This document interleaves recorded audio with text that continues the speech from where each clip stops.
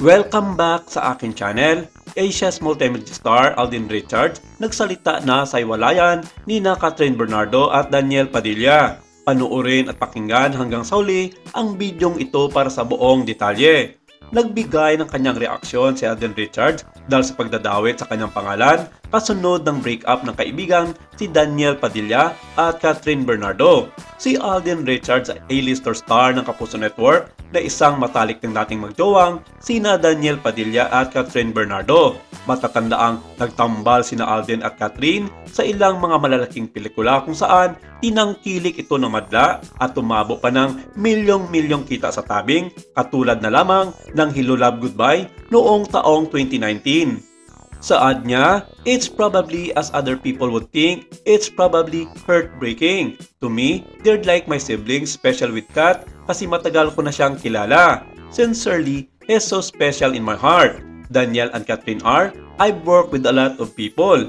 I feel hurt in a way a kuya would feel hurt about his sister or his brother kasi pareho silang mabait. And forgive me if I have a comment, but my comment is coming from, like I said, a friend. Parang tingin ko sa kanila, mga nakakabata kong mga kapatid. They're just so wonderful. I think it's safe to say, wala akong kakampihan, pero pareho nila akong kakampi. I love them both. Mismong si Catherine Bernardo na kumpirma na iwalay na nga sila ng nobyong si Daniel Padilla.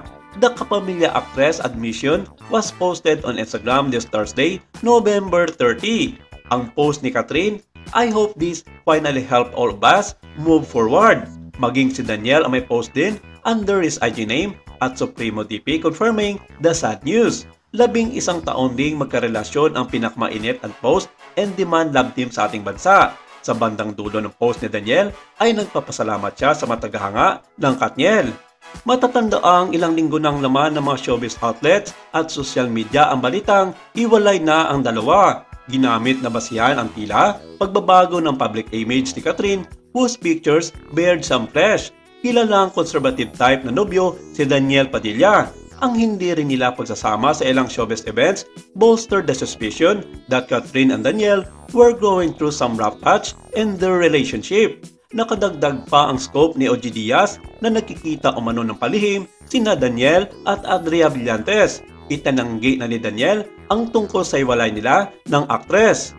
Maging ang ina nitong si Carla Estrada referred to Christopher Min's corroborative story about the breakup, untrue or wala po itong katotohanan.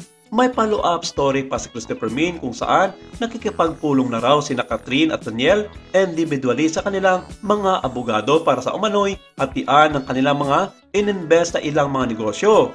Ito'y may kinalaman sa itinayong mga negosyo ng celebrity couple kung saan nga sila magkasosyo. Hindi pa malinaw kung ipagpapatuloy ng nagkaiwalay na magjowa ang kanilang joint business kahit na nagkanya-kanya na silang landas o itutuloy-tuloy pa rin nila ang mga ito.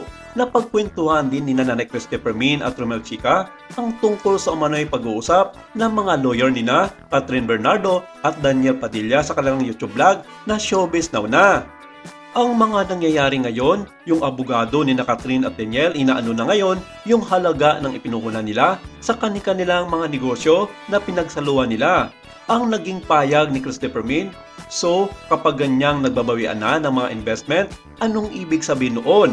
Matatandaang hinamon din ni Nanay Christy ang ina ni Daniel na si Carla Estrada na magharap-harap sila para mapatunayan kay Carla mismo nang galing ang kumpirmasyong hiwalay na talaga ang Katniel. At noong nakaraang November 30, araw pa man din ni Bonifacio, pareho na nagsalita sina Kat at DJ at inaming break na sila kasabay ng pakiusap na ibalato na lang muna sa kanila ang kanilang privacy. Palaisipan ngayon sa mga netizens lalong-lalo na sa mga fans na Katniel kung sinadya nga ba ni Catherine Bernardo na itapat sa Bonifacio Day ang kanyang pag-amin na hiwalay na sila ni Daniel Padilla. Matatandaang nagulat ang buong bansa, lalong-lalo na ang mga taong sumusuporta sa kanilang tambalan matapos maglabas ng official statement ni Catherine na totoo ang mga kumakalat na chikang hiwalay na sila. Chapter closed. I hope this finally helps all of us move forward. Pagkumpirma ni Catherine sa kanilang breakup, aniya nagsimula sa respeto ang kanilang relasyon at nagtapos ito ng may respeto. Maraming salamat at ito lang muna ang ating update for today.